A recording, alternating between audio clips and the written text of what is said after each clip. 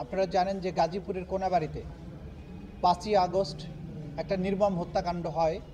হাসিনা পালিয়ে যাওয়ার পরপরও তারা হয়তো এই পুলিশ বাহিনী জানতো কিনা জানি না, তারা একজন বিক্ষোভকারীকে ধরে নিয়ে আসে, একটা গলির মধ্য থেকে ধরে নিয়ে আসে, তাকে নানান ধরনের অত্যাচার করে এবং চারিদিক থেকে ঘেরাও করে রেখে বেশ কয়েকজন পুলিশ তাকে টেনে হিঁচড়ে নিয়ে রাস্তার মাঝখানে নিয়ে জাস্ট ঠান্ডা মাথায় পিছন থেকে রাইফেল ঠেকিয়ে গুলি করে তাকে হত্যা করে, শহীদ করে ফেলে।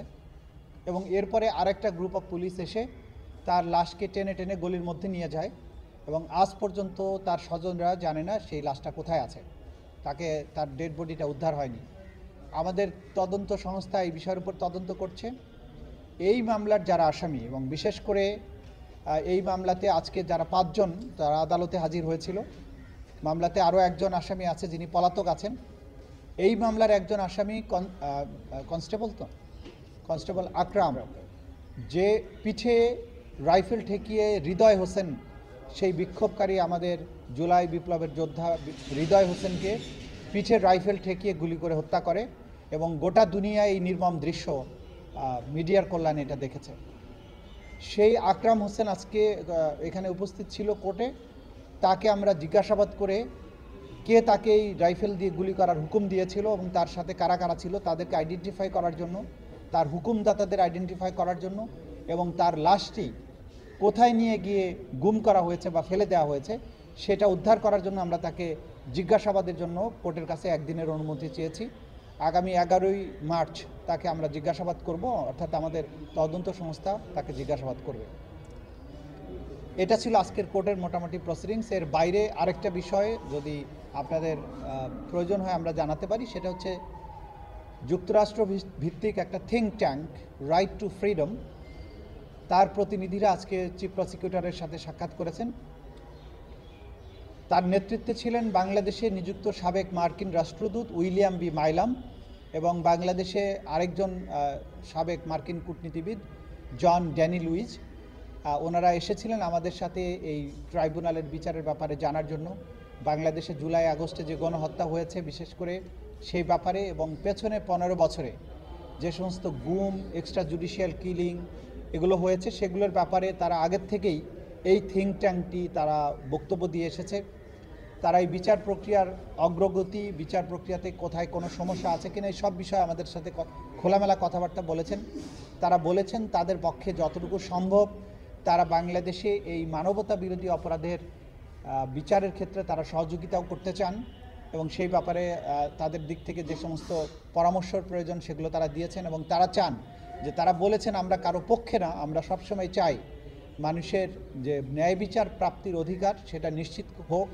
বিশেষ করে জুলাই আগস্টে এবং বিগত সরকারের পুরো আমলে যেই সমস্ত মানবতা বিরোধী অপরাধ হয়েছে তারা মনে করেন যে বাংলাদেশের সরকারের উচিত হচ্ছে এইটার সঠিক বিচারের মাধ্যমে চিরতরে ভবিষ্যতে আর কোনো ধরনের এই অপরাধের পুনরাবৃত্তি যাতে না হয় সেই ব্যাপারে তারা তাদের কথা বলেছেন, তাদের আশ্বাস ব্যক্ত করেছেন, সহযোগিতারও আশ্বাস তারা দিয়েছেন। এই ছিল মোটা দাগে আজকের প্রসিডিংস। ওনারা কি ধরনের সহযোগিতা করতে পারেন?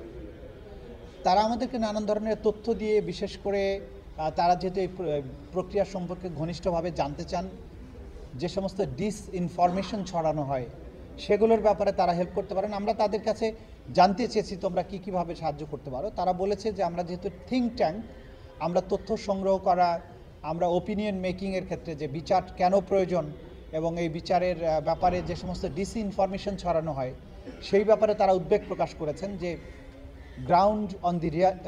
গ্রাউন্ডে যে সমস্ত বাস্তবতা আছে, রিয়ালিটি অন দি গ্রাউন্ড, সেটা বাইরে নানান ধরনের প্রোপাগান্ডা ছড়ানো হয়। তারা যেহেতু এগুলো নিয়ে দীর্ঘ অভিজ্ঞতা আছে তাদের কাজ করার, সুতরাং তারা বলেছেন এই বিষয়গুলোর ব্যাপারেও তারা আমাদেরকে সাহায্য করতে পারেন। এই মোটা দাগের তাদের সর্বাত্মক প্রস্তুতি চলছে, কাজ চলছে, দিনরাত কাজ চলছে। ইনশাআল্লাহ কারোর মধ্যে কোনো গাফিলতি নেই। আমরা জাতির প্রতি, জনগণের প্রতি, ভিকটিমদের প্রতি কমিটেড একটা ন্যায় বিচার নিশ্চিত করার জন্য। সুতরাং আমাদের কাজ অব্যাহত আছে, কাউকে হতাশ না হওয়ার জন্য অনুরোধ করব। আর আরেকটা জিনিস বরাবরের মতোই বলবো যে অতিরিক্ত চাপ প্রয়োগ করবেন না, কারণ ন্যায় বিচার জটিল এবং কঠিন একটা প্রক্রিয়া।